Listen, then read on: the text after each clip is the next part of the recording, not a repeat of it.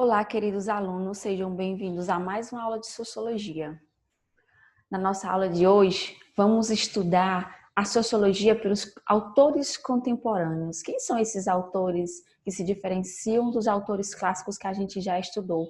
Lembrando que na nossa aula anterior, vocês estudaram um texto que fazia um resumo de tudo que a gente estudou, desde a teoria de Augusto Comte até a teoria de Karl Marx.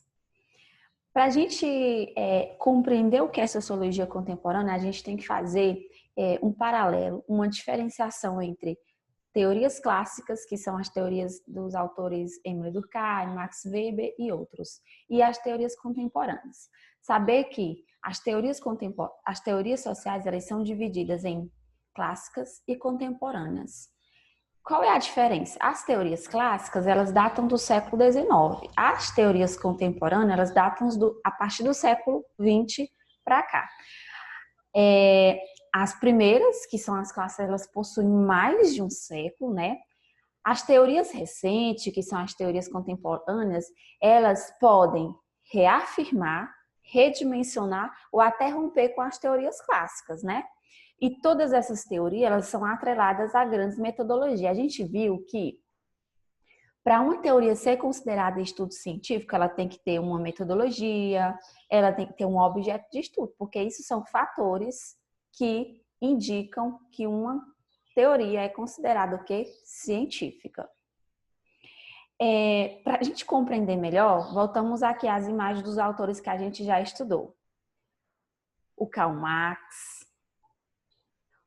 o Émile Durkheim e o Max Weber. Vejam aqui que eles datam do século, o quê? Século XIX. Porque eles nasceram nos anos de 1800, né? Tem aquela regrazinha que pega o ano e soma com mais um, que dá século XIX. Nesse quadro que é apresentado para vocês agora, temos as três principais teorias contemporâneas do século XX para cá que se destacaram. Uma das primeiras teorias é a teoria de Talcott-Parsons. O Talcott, ele sofreu a influência do Max Weber. O que dizia a teoria do Max Weber, gente? A teoria do Max Weber era chamada de ação social, que falava sobre uma ação de um indivíduo relacionado a outro, né? Tinha que ter um objetivo. E o Talcott-Parsons, ele foi além.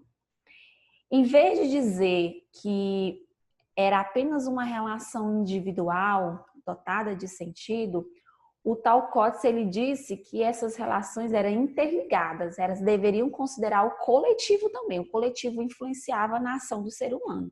Por isso que ele buscava entender a sociedade como um sistema que busca o quê? O equilíbrio. Então, gente, veja que aqui esse autor, ele não veio romper definitivamente com a teoria de Max Weber. Ele veio que reafirmar e, como diz a outra palavra aqui, redimensionar, buscar outros caminhos. Outra teoria muito conhecida é a teoria crítica, chamada também de Escola de Frankfurt. Frankfurt, uma cidade da Alemanha, na qual um grupo de estudiosos se reunia. Quando eu falo em teoria crítica, qual autor clássico vocês se lembram, gente? Quem foi o autor mais crítico, que mais buscou lutar pelos povos, pelos movimentos sociais? Ninguém mais, ninguém menos do que Karl Marx, o chamado marxismo. Então, a escola de Frankfurt, a teoria crítica, ela veio dar continuidade aos estudos de Karl Marx, né? E tinha como objetivo estabelecer um novo parâmetro de análise social com base na releitura do quê? Do marxismo, que era uma das teorias, aliás, que era a teoria do Karl Marx. O Pierre, como é que eu posso dizer? O Pierre, ele considerou estudos de Max Weber e também de Émile Durkheim, porque ele considerou que também a parte coletiva influenciava nas ações do ser humano. Por isso que ele definiu um conceito chamado de hábitos, que seria o quê? A experiência social incorporada em nossas mentes. Por que essa herança é incorporada em nossas mentes? Porque a gente tem uma herança social, a gente passa de geração em geração e, querendo ou não, isso influencia nas nossas atitudes em sociedade. Então, gente, veja que essas três teorias, elas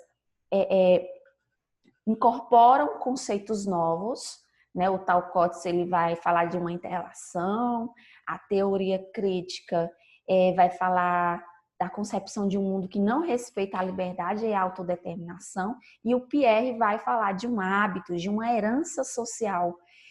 E eles fizeram o quê? Incorporaram, criaram novos nomes, novas teorias para dar continuidade ao que já vinha sendo feito. Mas, de uma forma ou de outra, eles estão aqui interligadas.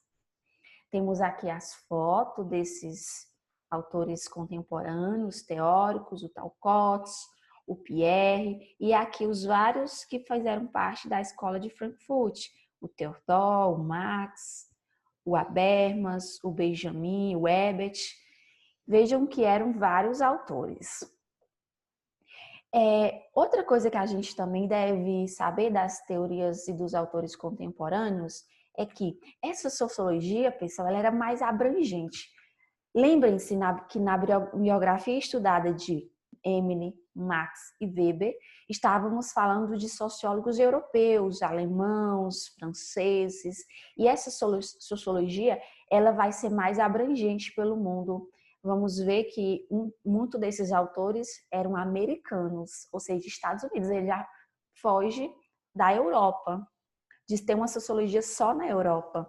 Ela tem um caráter geopolítico que ela vai se dar muito ali no contexto das guerras, da luta dos povos por mais igualdade, lutas de territórios, questões políticas, conquistas.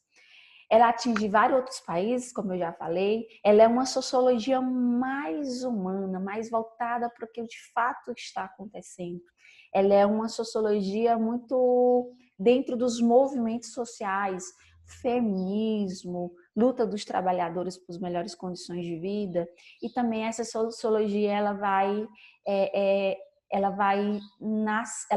dar continuidade dentro de um contexto em que a pobreza no mundo aumenta. A gente sabe que o mundo ele é muito rico, mas existe muita desigualdade econômica. Lembrem-se que antes as pessoas viviam muito no campo. A partir do momento que vão viver na cidade, esse contexto vai mudando. As oportunidades não são iguais para todo mundo. A cidade ela não vai render o mesmo sustento do trabalho como no campo. Você planta, você colhe, você cria, você vende. Na cidade vai ter mais um trabalho que exige estudo, que exige a pessoa dar oportunidade e aí vai crescer a pobreza, a desigualdade. Muitos vão ter muitos bens, outros não. Então, gente, essa é uma das características da sociologia contemporânea que ela vai nascer, crescer os seus estudos dentro desse contexto. Para a gente finalizar a nossa aula, eu trago aqui uma atividade que vale a frequência e a participação, que eu quero que vocês façam o quê, gente? Na descrição desse vídeo, vocês vão comentar essa frase que diz assim, retirada do livro de sociologia de vocês. As ciências sociais utilizam de métodos científicos para procurar explicar diferentes aspectos da vida em sociedade. Compreender a condição de estarmos no mundo, sem necessariamente prover certezas absolutas. E aí, pessoal, diante de tudo que você já estudou em sociologia, do que você conseguiu absorver das videoaulas, das leituras, qual o comentário que você tem a fazer em cima dessa afirmação? O que você entende por essa afirmação? Comenta aqui embaixo e não esquece de colocar seu nome no final, para que eu possa melhor identificar a sua participação, tá bom, gente? Até mais e bons estudos!